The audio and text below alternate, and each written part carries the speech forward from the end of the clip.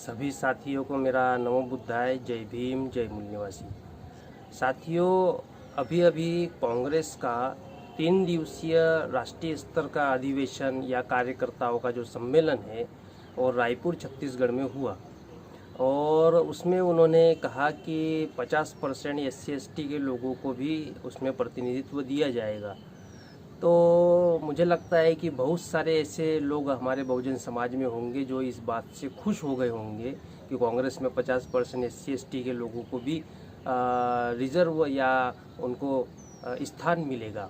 और बहुत सारे ऐसे लोग होंगे जो कांग्रेस के समर्थन में होंगे, बहुजन समाज के लोग, जो इस बात से खुश होंगे।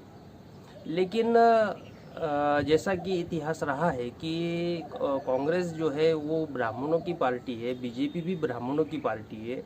लेकिन हमारे लोग बीजेपी को पसंद अगर नहीं कर रहे हैं तो कांग्रेस की तरफ चले जाते हैं। तो हमारे लोग जो ऐसा सोचते हैं ना, ये जो सोच है ये नौकर होने की सोच है।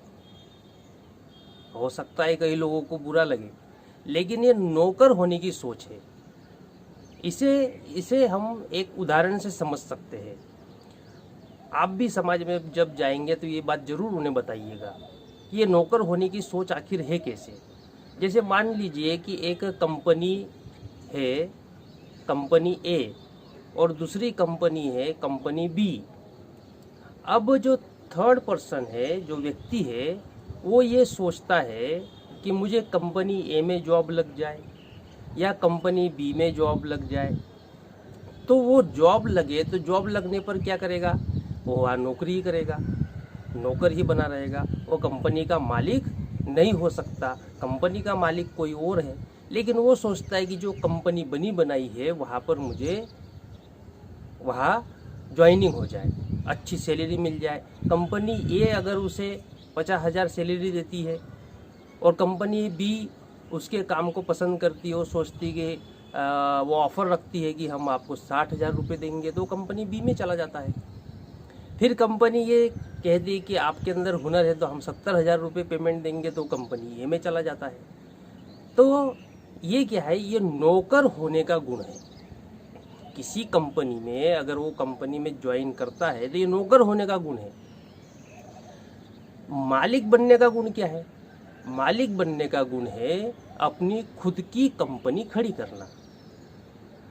तो अब नौकरी करना, दूसरों की कंपनी में जाकर नौकरी करना वो आसान काम है। जाना है, 12 घंटे की नौकरी करना है, 10-12 घंटे की सैलरी लेना है और अपना घर परिवार चलाना है। उसमें कोई उतनी तकलीफ वाली बात नहीं है। लेकिन जैसे ही आप अगर ये सोचो कि आपको खुद की कंपनी अगर तैयार करना है, तो फिर आपके सामने समस्याओं का पूरा पहाड़ खड़ा हो जाता है।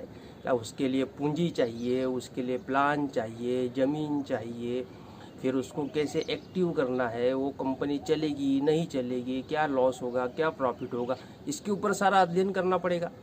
और वो रिस्क कोई यानी बहुत लोग लेना नहीं चाहते, तो मालिक नहीं बनते, वो नौकर बने रहते हैं। इसी तरह पॉलिटिकल में जब हम आएंगे तो एक तरफ कांग्रेस पार्टी है, एक तरफ बीजेपी पार्टी है, और हमारा व्यक्ति अगर ये सोचता है कि बीजेपी अगर सख्त है, बीजेपी खराब है, तो कांग्रेस उससे थोड़ी अच्छी है, उसमें चले जाओ। कांग्रेस ने तो 50% जो है SC/ST के लोगों को उसमें जगह होनी चाहिए ऐसा कहा है। फिर समाज में जाके बड़े उससे बताएंगे कि कांग्रेस ने तो ऐसा किया है और हम लोगों ने कांग्रेस का साथ देना चाहिए, बीजेपी को हराना है तो ऐसा करना चाहिए। तो बीजेपी को हराने के लिए कांग्रेस को साथ देना चाहिए, ये बात सही है, लेकिन नौकर बन के साथ नहीं देना चाहिए। मामला वहाँ पर अटका हुआ है। हम क्या करते हैं, डायरेक्ट कांग्रेस में चले गए। तो जब कांग्रेस में जब जाएंगे तो वहाँ नौकर बन के ही रहेंगे, वो ब्राह्मणों की पार्टी है। तो या तो कांग्रेस में जाएंगे या बीजेपी में जाएंगे, तो वो नौकर होने की मानसिकता है। अगर हम शासक होने की मानसिकता अगर अपनाते हैं तो फिर क्या करना होगा? तो उसके लिए हमें खुद की पार्टी तैयार करना पड़ेगी। अब खुद की पार्टी तैयार करना ये तो कठिन काम है, आसान काम तो है नहीं। उसके लिए आपके पास में संगठन चाहिए, विचारधारा चाहिए, आपके फॉलोअर्स चाहिए, आपको रणनीति बनाते आनी चाहिए, आपको समाज को दिशा देते आनी चाहिए। ये सारा तंत्र और भी बहुत सारी बातें हैं, बहुत सारे तंत्र का उपयोग करना होता है, जब तब जाके एक पार्टी का निर्माण होता है। तो कांग्रेस में शामिल होना ये तो आसान काम है, तो आसान काम है यानी नौकर बनने का काम है। लेकिन खुद की अगर पार्टी, अगर किसी को कहा जाए कि भाई आप कांग्रेस में शामिल होने के बजाय खुद की पार्टी बनाओ, या बहुजन समाज की जो विभिन्न पार्टियां हैं उनको संगठित करो, तो फिर नहीं, ये तो संभव नहीं है। तो फिर तो नौकरी बने रहोगे ना। तो इसके लिए वामन मेश्राम जी ने जो संगठन बनाने के लिए समय अपना लगाया, तो शासक बनने का वो तरीका है, शासक बनने का कार्यक्रम है। और जब अपना संगठन, अपनी विचारधारा, अपने लोग, अपने फॉलोअर्स ये सारे रहेंगे, उसके बाद में फिर कांग्रेस के पास जाएंगे, तो फिर वो पार्टनरशिप के हिसाब से होगा, नौकर के हिसाब से नहीं होगा। अगर उनके साथ में फिर गठबंधन होता है तो वो पार्टनरशिप के हिसाब से गठबंधन होगा, उनके नौकर बनने नहीं जाएंगे, क्योंकि खुद का अपना संगठन, अपनी विचारधारा, अपने लोग तैयार किए हैं। आपने पुष्पा पिक्चर देखी होगी, उसमें जो कोंडा रेड्डी है वो पुष्पा को ऑफर करता है कि 1 करोड़ रुपए का जो चंदन है वो बेचेंगे तो 5% यानी 5 लाख रुपया आपको कमीशन दिया जाएगा, ऐसा पुष्पा को कहता है। पुष्पा क्या बोलता है, मुझे 5 नहीं चाहिए, मुझे 3% का पार्टनर बनना है।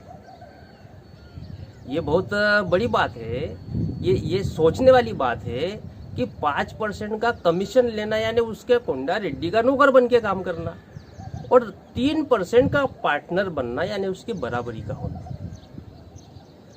तो पार्टनर बनने के लिए फिर उस हिसाब से पुष्पा को सारा मामला भी सेटअप करना पड़ा। पुष्पा पिक्चर में आपने देखा होगा। तो इस अंतर को हमारे लोग नहीं समझ पा रहे, या समझ भी रहे हैं तो फिर जानबूझ के कांग्रेस की तरफ चलो, जल्दी से मामला हल हो जाए और जल्दी से हम वहाँ चले जाए, उससे कुछ बेनिफिट मिल जाए, इस चक्कर में वो इस ओर ध्यान नहीं दे रहे। लेकिन सच्चाई ये है कि अगर कांग्रेस के साथ भी अगर समझौता करना पड़े तो हमारी खुद की अपनी जमीन होनी चाहिए ना, खुद की जमीन होनी चाहिए, खुद का हमारा अपनी पार्टी होनी चाहिए, अपनी विचारधारा होनी चाहिए, अपना संगठन होना चाहिए, और फिर जाके हम अगर गठबंधन करने की बात करते तो पार्टनरशिप का गठबंधन होगा। हम आंख दिखा सकते हैं उन्हें, और तुम अगर कांग्रेस में ऐसे चले गए, क्या काय की आंख दिखाओगे? वो कांग्रेस जो है अभी धरातल पर है, तो वो सत्ता में आने के लिए सारा 50% और वगैरह वगैरह किया। नहीं तो इतिहास तो ऐसा है कि उन्होंने तो SC/ST के रिजर्वेशन का भी विरोध किया, OBC को रिजर्वेशन ही लागू नहीं होने दिया गया। मुसलमानों के साथ क्या किया ये भी आपको पता ही है। तो किस आधार पे कहा जाए कि कांग्रेस बहुजनों के हित के लिए काम करेगी? अगर काम गठबंधन करके करवाना ही है तो पहले खुद की जमीन तैयार करनी पड़ेगी, तब आंख में आंख डालकर बात कर सकते हैं और फिर कह सकते हैं कि हमने आपके साथ गठबंधन किया तो आपको ये काम करना होगा, शर्तों पे करना होगा ना, कि बिना शर्त ही उनके साथ चले जाए। तो नौकर बनने के जो मानसिकता है वो ये मानसिकता होती है कि हम वहाँ चले जाए, वहाँ से जो भी बेनिफिट मिलता है ले ले, जो भी 2-4 लोगों के लिए हित का काम कर सकते कर ले, बात खत्म।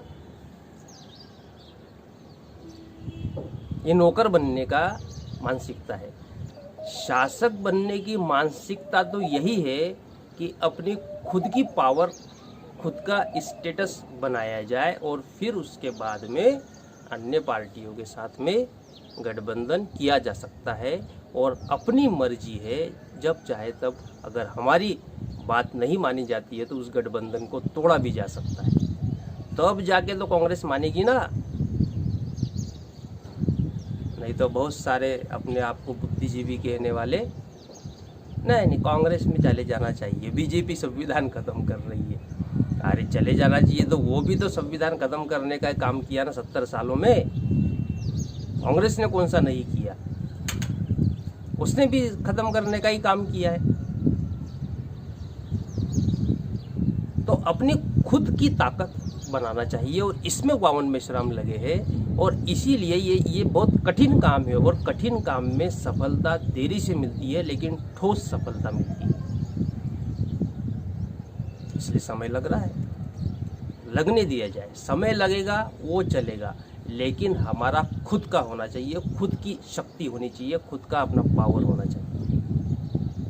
तो इस वीडियो के माध्यम से मैं यही संदेश देना चाह रहा था कि जो हमारे बहुजन समाज के साथी है वो कांग्रेस का जो अधिवेशन हुआ या यात्रा चल रही है तो उससे खुश ना हो, वो नौकर बनाने का ही कार्यक्रम है। अगर खुद का अपना कोई अस्तित्व बनाना चाहते हैं तो अपने खुद के बहुजनों पर आधारित अपना खुद की ताकत हमें बनानी होगी, तो ही हम शासक वर्ग में परिवर्तित हो सकते हैं। अन्यथा आप ऐसे ही जीवन भर दूसरों के गुलाम बने रहेंगे या पार्टियों के नौकर बने रहेंगे, चाहे उस पार्टी में आपको किसी भी पद पर रख दिया जाए।